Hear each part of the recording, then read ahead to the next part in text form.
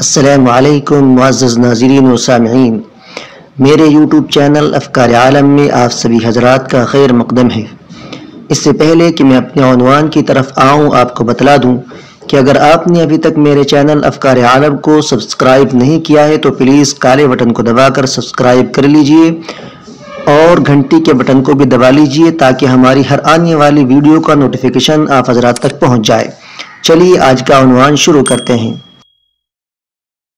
क्या कुरान पाक पर कलम या पेंसिल के ज़रिए निशान लगाया जा सकता है? आइए दारुल उलूम देवबंद के फतवे की रोशनी में इस सवाल का जवाब मुलाहज़ा करते हैं। सवाल है, शोबे हिफ्ज़ में या किसी और शोबे के अंदर कुरान मजीद में पेंसिल या कलम के ज़रिए गलतियों पर निशान लगाना कैसा है? जवाब है, पेंसिल या कलम से गलतियों पर निशान लगाने की गुंजाइश है ताकि बाद में उस मकाम को अच्छी तरह याद कर लिया जाए।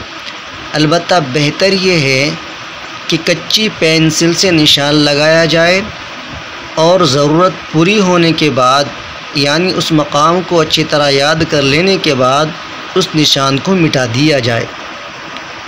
तो ये था दारुल उलूम देवबंद का फतवा कुरान पाक पर निशान लगाने के बारे में। उम्मीद करता हूँ कि आप हज़रात को ये मालूमात और ये जानकारी पसंद आई होगी। आप हज़रात से गुजारिश है कि इस वीडियो को लाइक कीजिए, शेयर कीजिए और अगर आपने अभी तक हमारे चैनल को सब्सक्राइब नहीं किया है तो प्लीज़ सब्सक्राइब कर लीजिए। अस्सलामु अलैकुम व रहमतुल्लाहि व बरकातुहू।